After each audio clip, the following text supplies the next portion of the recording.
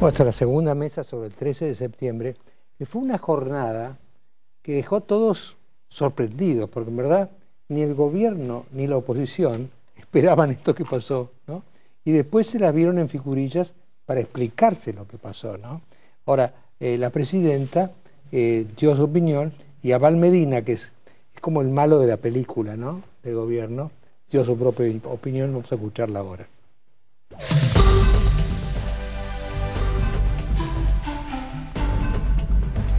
Son sectores sociales que en otro momento histórico recurrían a los golpes militares, o que obviamente por suerte no se puede, hoy recurren a los grandes medios de comunicación, pero son sectores del privilegio que lo que les interesa es mantener ese sector de privilegio. Y acá no estamos diciendo ni faltando el respeto para nada. Digo, algunos acusaron que porque uno decía que era lo que se manifestó era más bien la clase media alta y o sectores de la clase media alta y la clase alta, uno estaba estigmatizando. Para nada. Para nosotros tienen el mismo derecho a manifestarse ellos como cualquier otro. No son mejores ni peores que los 40 millones de argentinos. Son sectores sociales que tienen un determinado interés, a los que obviamente sobre ese interés general de mantener los privilegios, el poder, también se suman algunos otros intereses muy claros, como se veían en los informes, en términos de lo que es en contra de la política de los derechos humanos, para defender el poder que tiene el monopolio de Clarín antes del 7 de diciembre que se termina estos amparos judiciales que han impedido que se cumpla la ley. Digo, un conjunto de otros intereses, pero que nos habla un poco de esa Argentina que ahí estaba expresada en la calle. Como gobierno no nos preocupa. A mí me preocupa, sí, como militante político, como demócrata, como teórico que soy, yo vengo de las ciencias sociales, ver si ese nivel de odio, ese nivel de agresividad, ese nivel de... Pues digo, uno sabe que en cualquier acto político siempre hay insultos, siempre hay, ¿no?, en cualquier manifestación, pero realmente acá se ve que es lo único que hay. La interpretación de ustedes tres, Julio Bárbaro, Juan Petrella, Luis Ripoll, a ver si agregan un poco de más elementos de confusión. Si estos son los teóricos, los que serán, ¿cómo serán los que no tienen formación teórica? A mí me parece que los ciclos históricos se agotan. Y el otro día me mandaron un pedazo de 678, que no lo veo, de Ricardo Foster, y me pareció interesante el planteo de él. Hablaba sobre una nota de José Luis Romero y decía cómo los ciclos van cambiando. Y esto que se expresó el otro día es cuando el 54% fue un apoyo enorme de una sociedad para una pacificación. El gobierno lo entendió como que por eso podía ir por todo, quiso ir por todo y empezó su final de ciclo antes de tiempo, porque todos queremos que llegue sólido al final, pero con esta soberbia. Y hay una cosa clave, la obsecuencia amontona mediocre, no talento. Y para provocarla, las respuestas del gobierno, digo, se habló mucho y uno lee las respuestas de un lado y del otro y está claro una cosa: pierden el debate de ideas, lo tienen perdido totalmente. Los que lo defienden no tienen nada que decir. No, yo creo que fue realmente una importante demostración de enojo, de descontento con el gobierno. Fue heterogénea, por supuesto, porque fue masiva, fue nacional, fue autoconvocada y había sectores muy de derecha, había sectores, pero bueno, en una movilización absolutamente masiva, que se dio también en los sectores medios bajos y que se dio además con gran simpatía de los trabajadores y de los sectores populares, porque había luchas hay luchas en todo el país. Y en la ciudad de Buenos Aires, cantidades de luchas todos los días, de reclamo de los trabajadores que se vieron indignados. Ahora les dicen que no les van a modificar el tope de ganancias y que no pueden mientras le van a permitir que siga habiendo exención al capital financiero, del donde podrían sacar absolutamente toda la plata para correr el tope y que a la gente que trabaja no le descuenten un aguinaldo por el tema de ganancias. Los 6 pesos, en los sectores populares, la historia de los 6 pesos enojó una barbaridad, indignó, porque una cosa es que te digan que ese es el sueldo promedio. Cuando uno está más cerca de los 6 pesos, más se indigna. Por supuesto. ¿No? Es una burla ya. Absolutamente. Entonces creo que eso se desbordó cuando salieron a decir que encima iba a haber reelección. Creo que la gota que rebalsó el vaso fue la reelección. Porque era como decirle a toda esa gente que estaba enojada con la corrupción, con la inflación, con la inseguridad. Porque la verdad, cuando le preguntan a los funcionarios, bueno, ¿qué opina usted del problema de la inseguridad?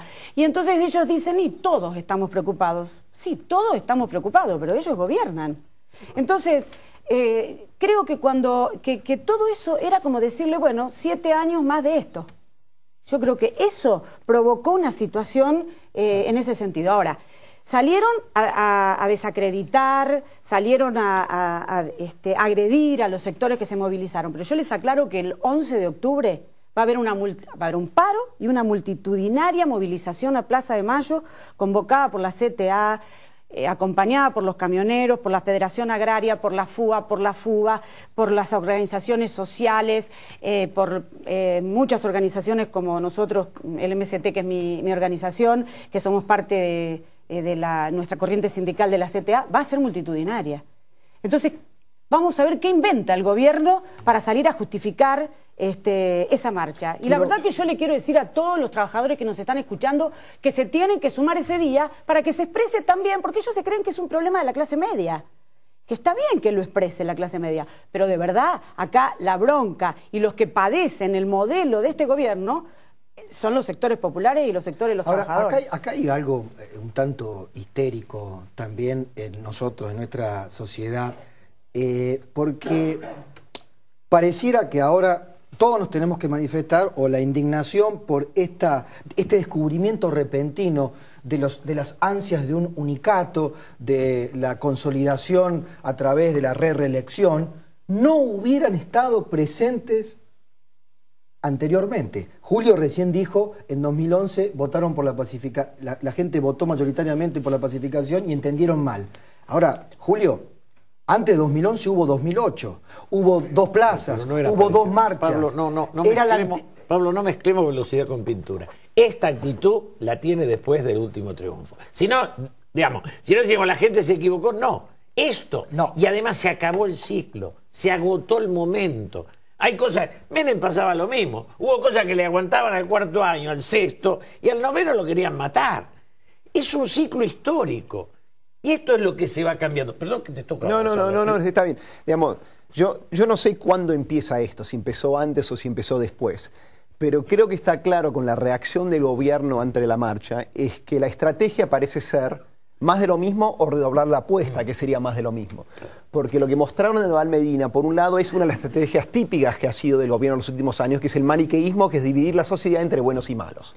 Y cuando vos estás contra el mal, todo vale, todo atropello institucional se permite.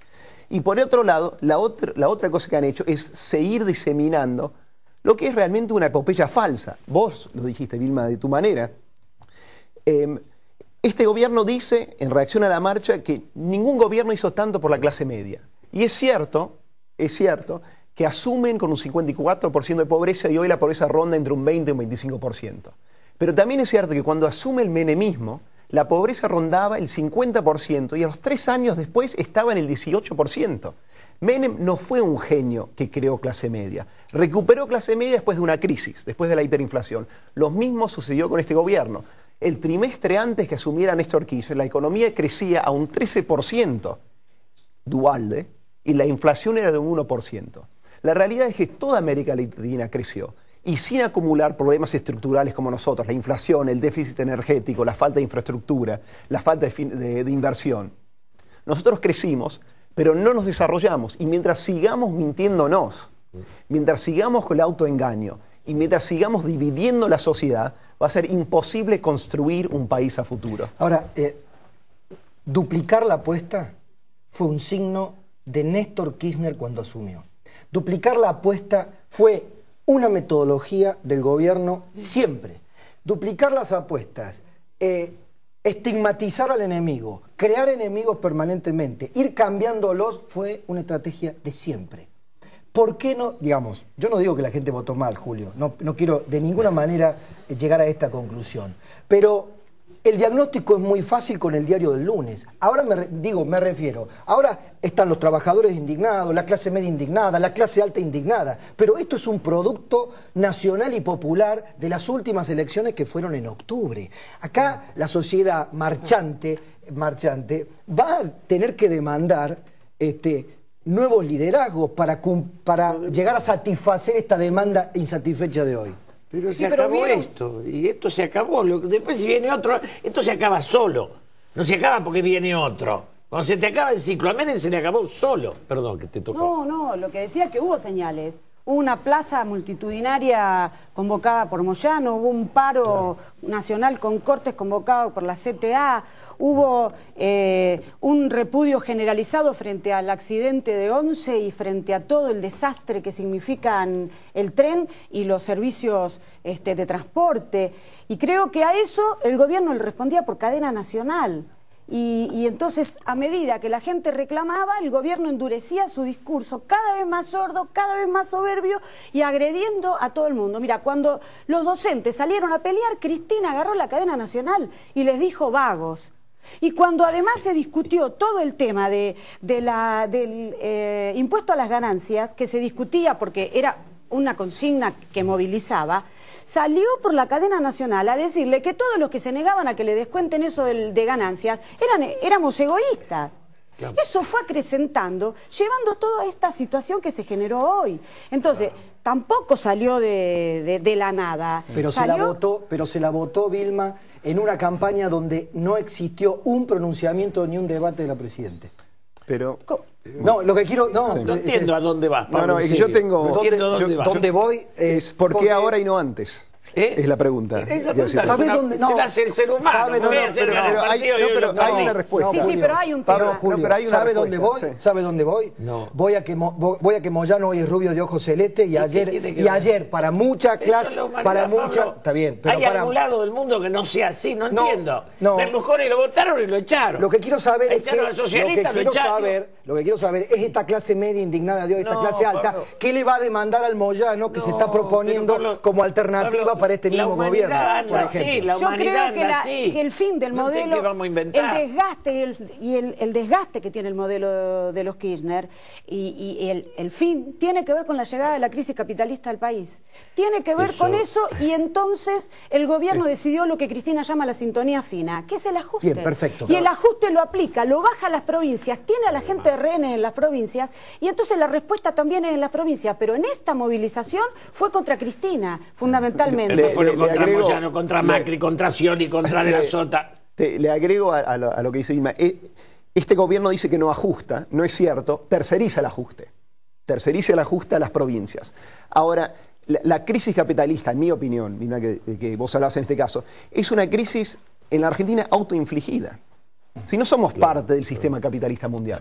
Digamos, a nosotros nos afecta la soja y prácticamente nada más. Si no tenemos financiamiento externo y tenemos muy poca inversión externa. O sea que es el precio de la soja lo que nos afecta a nosotros. La crisis europea Sí, y pero norteamericana nosotros, no nos afecta. discúlpame, Nos afecta acá si no- crece Brasil. acá no se Y resuelve. Brasil está volviendo a crecer y la soja está en precios históricos. O sea que han habido errores de gestión internos que han llevado a la recesión que sufre la Argentina hoy, que no tiene Colombia, Perdón, que el no cambio tiene del Chile, dólar, que no tiene Perú, que no tiene México. No se da ni en Chile, ni en Uruguay, ni en Brasil, el tema de sacar los dólares del mercado. Y otra cosa, te hacen una ley de medio, diciendo los pueblos originarios, la cooperativa y las mutuales, y va el vendedor de tragamoneda Cristóbal López a comprar Radio 10. Se compra ese 5N. Me da un excelente argumento para decirle a usted, Julio Bárbaro, y al resto de la clase política, que la ley de medios salió aprobada por el resto de los partidos políticos. Todo el mundo sabía que era una ley contra Clarín. Se aprobó en el Parlamento, como se aprobó la estatización de YPF, como se aprobaron tantas, como se aprobó la expropiación, la exacción de las AFJP, que no vengo a defender a las AFJP, pero se sabía que iban a hacer lo que hicieron. Me refiero, querido Julio, estimado Julio, ¿quién capitaliza esto a futuro y cómo? Yo no lo sé. Bueno, pero entonces hay que tratar de... No, usted está tratando de saber porque usted es un hombre que está en una bisagra armando políticamente o acercando gente que quiere presentarse como alternativa a este kirchnerismo. O sea, sí debemos preguntarnos cómo sigue esta historia. Pablo, ¿Quién capitaliza esta demanda que en eso social? vamos a coincidir. Tenemos que salir del apoliticismo y enamorarnos de la política. Me parece que este es el tema. Y el debate que sea a fondo y no de vivo. Y en eso creo que es el gran tema. La gente se está enamorando de la política. Toma conciencia que el apoliticismo lo mata. Y este es un paso importante. salir de esta... Para enamorarse de la política, lo que trato de decir es, si esta sociedad que se queja hoy hace una autocrítica, si es capaz de hacer una autocrítica... Sí, pero el problema más que de la sociedad es de los dirigentes, porque vos tenés una oposición que todo el mundo reclama, júntense, y había carteles. Nosotros somos parte de la oposición. Exactamente, nosotros somos parte de la oposición y con Proyecto Sur veníamos planteando desde hace tiempo que estos problemas estructurales que tiene hoy el país y estallan, porque estallan todo, estalla el transporte, estallan la energía, estalla todo el pero problema. Proyecto Sur también se dividió, el acuerdo cívico y social se desarmó, los radicales viven enamorados de su propio internismo. Sí, pero no podés meter todo en la misma bolsa porque la oposición es distinta y porque hay un problema. Y hay que ver cómo votó cada partido, cada cosa. Hay sectores de la oposición que no despegan, que no se dan a conocer, porque de verdad defienden el mismo modelo de los Kirchner, defienden de fondo el mismo proyecto de los Kirchner, por eso no despegan, por eso no son salida, y por eso nosotros decimos que el programa que presentamos con Proyecto Sur, que daba salida a los problemas de la minería, a los problemas del transporte, porque había que estatizar el tren, porque si no llegábamos al problema que hay hoy. Salieron de las 15 formaciones solo 5 en el Sarmiento esta semana. Entonces trae eso, porque ya está agotado de una manera, y ahora va a salir el subte, porque en el presupuesto no pusieron plata, ni la Nación, ni el gobierno de la ciudad, para encaminar el problema del subte. Y vamos a tener otro problema. ¿Y en qué te parece que va a viajar la gente que va a trabajar? No se pueden pagar 5 pesos de boleto, va a estallar. Y entonces, yo lo que te digo es, nosotros en el 2011, cuando hicimos la campaña con Pino, decíamos las 5 causas. Y decíamos esto, y lo venimos defendiendo, y lo venimos levantando, y a nosotros nos parece que somos una alternativa, porque de verdad, nuestra propuesta se vio como una salida en cada uno de los problemas que tiene el país. Y los demás, lamentablemente, porque ¿cuál es? La unión de la UCR con Wiener. Va a ser una nueva alianza, que le están diciendo a Wiener que se una con la UCR. Va a ser una nueva alianza. Macri tiene un lío bárbaro en la ciudad de Buenos Aires. Entonces, sí, creo que se necesita. Nosotros nos postulamos desde Proyecto Sur como una alternativa, pero porque tenemos otro modelo de país y una propuesta que no es que la inventamos ahora porque la gente salió a la calle. Bien. Sí, y vos preguntabas el tema de si la ciudadanía reflexiona. Y yo creo que si es cierto, y parece que lo es, que mucha gente que fue a la marcha, al cacerolazo, fue gente que votó a Cristina, claramente ese es un segmento importante de la población que está reflexionando, que ha decidido cambiar su percepción de las cosas. Y creo que es fundamental a futuro que la gente que vote, los ciudadanos votantes, en esta práctica constante de vida que es el ejercicio de la democracia, estudie y vea cómo votaron los partidos. ¿Cómo votaron los partidos la reforma a la Carta Orgánica del Banco Central? ¿Cómo votaron YPF? ¿Cómo votaron Chicone? Todo eso hay que estudiarlo para ver dónde está parada la oposición. Se aprende a votar. Nosotros somos muy nuevos votando, digamos, ¿no? Pero... Y entonces, por ejemplo, me acuerdo de una campaña inglesa que ve hace 20, 30 años, hay un partido que decía, vote al que menos prometa, porque su desilusión va a ser menor. Es el menos mentiroso. Claro, eso se dice después de 300 años de democracia, no se dice a los 20 años. Pero igual, Mariano, uno va a Chile, a Uruguay o a Brasil, por nombrar los 3 países hermanos, y tiene candidatos de izquierda, de centro y de derecha respetados por toda la sociedad. Hay clase política, hay dirigencia política. Nosotros tenemos, digamos, partido, un centro izquierda, un centro derecha, pero una dirigencia política en la cual usted diga, hay 5 candidatos a presidente, no la tenemos. Ahora, ¿no creen ustedes una hipótesis, no? Que en la elección esta última, el 54% famoso, descarriló a todo el mundo, porque el gobierno no esperaba el 54, y sacó el 54 como el tipo que sacó la lotería, creyó que era Gardel, digamos, ¿no?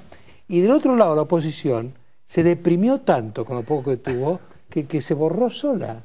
Es decir, hubo un efecto, digamos, un impacto hacia arriba en unos excesivamente y hacia abajo en otros excesivamente. Estamos como bajo el impacto emocional, ¿no?, del 54 de la elección, la última elección. Puede ser, pero ese impacto terminó, porque está muy claro, creo, para grandes segmentos de la oposición, que si no hay una verdadera oposición y si no buscamos unos parámetros básicos de acuerdo, este gobierno va, como dicen ellos, por todo. O sea que ese impacto terminó. Ahora hay otro impacto, que es el de la reacción. Reconocer que hay en pugna visiones de país distintas. Tal vez queremos todo lo mismo, que no haya pobreza, etc. Pero las estrategias son claramente distintas y que hoy en día hay que realmente dar la batalla política. Ahora, los demás son democráticos y ellos no, ¿eh? Los demás hablamos entre nosotros y ellos no. Esto es una fractura de fondo. Y eso es parte de las diferencias de visión de Para país. los demás nosotros somos el mal.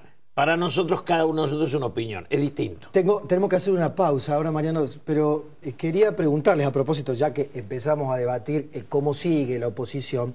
2013, ¿todos juntos o separados cada cual los opositores recogiendo segmentos de distintas partes de la sociedad? Puede ser una pregunta para después. Hacemos una pequeña pausa y ya viene.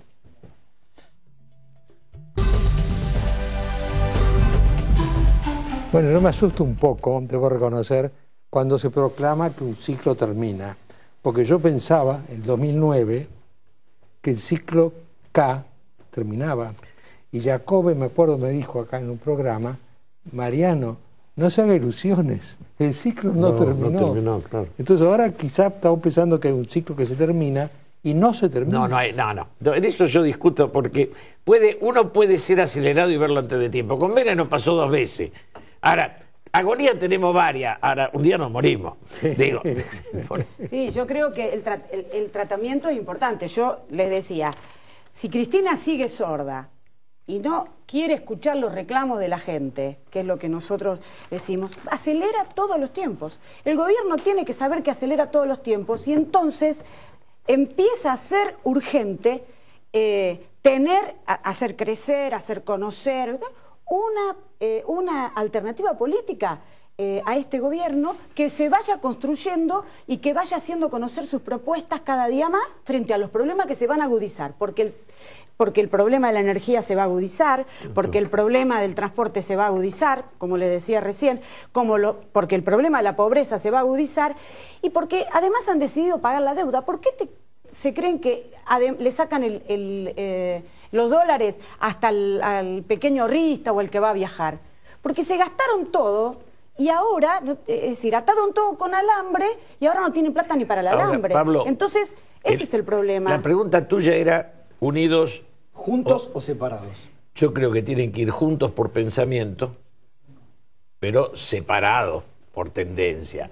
Digo, lo que la sociedad no quiere es que el centro derecha tenga 4 candidatos y el centro izquierda tenga 5. Esto no le sirve a nadie. Tenemos que lograr que los espacios ideológicos, ahora hay por lo menos 3 o 4 espacios que no tienen por qué juntarse, porque pierden todo. En eso me parece que es el tema de fondo. Hay que juntarse por ideas y no dividirse por personajes. Porque hay una pregunta más pragmática y que va a resonar mucho a 15 días de las elecciones venezolanas y Mariano siempre lo pone como ejemplo. La pregunta traducida sería, a 2013, ¿un Capriles o, como en Venezuela, o un Capriles entre 2013 y 2015?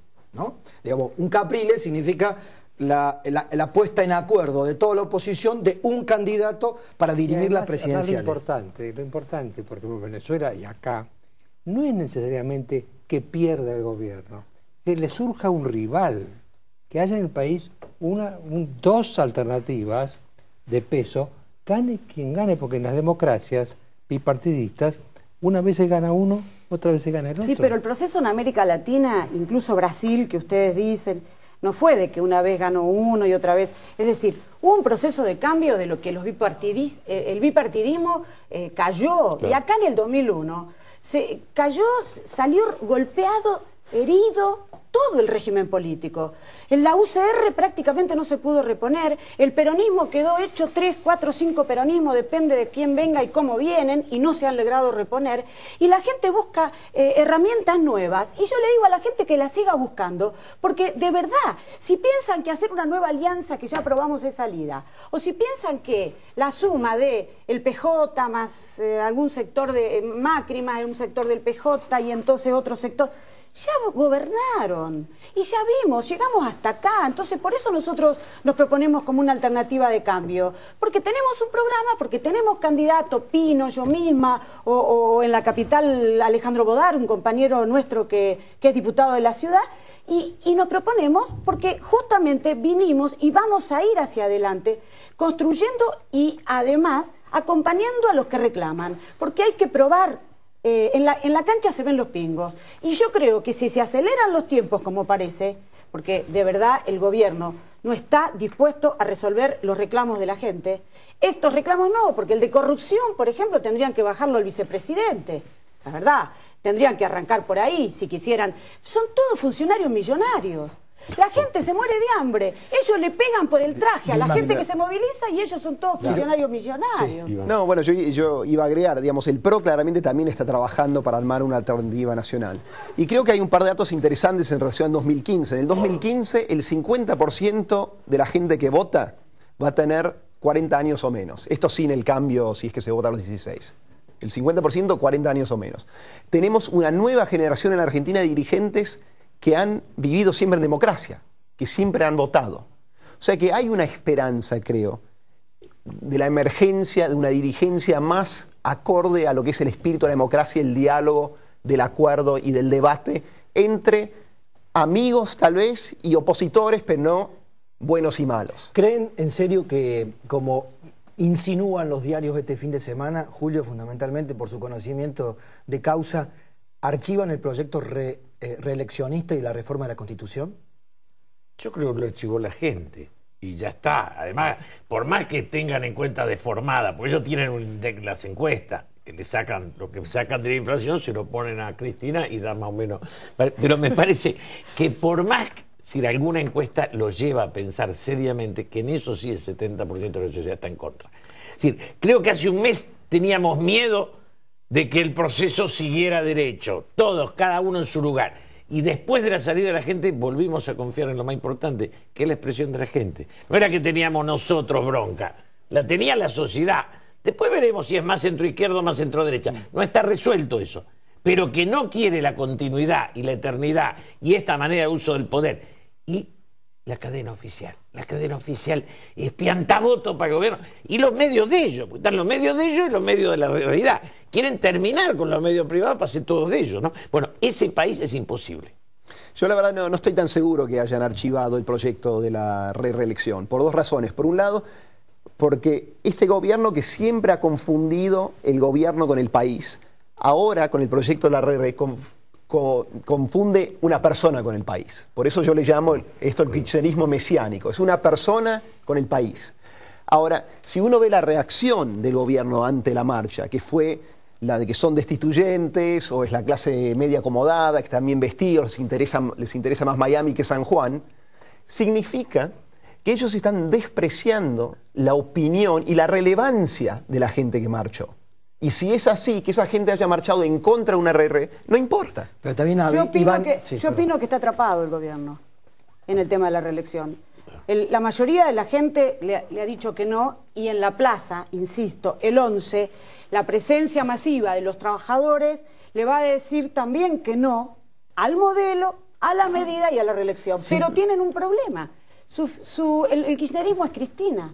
Entonces, si no consiguen la reelección, tienen una forma de construir política de una sola persona, con pocos que consulta, no consultan nada, autoritarios.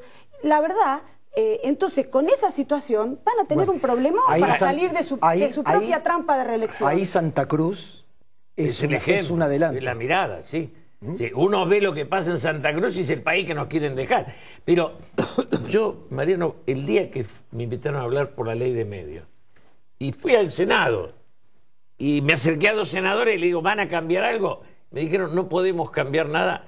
Me fui con un dolor en el alma, porque ser senador de la nación y no tener derecho a cambiar una coma es haber devaluado el Parlamento.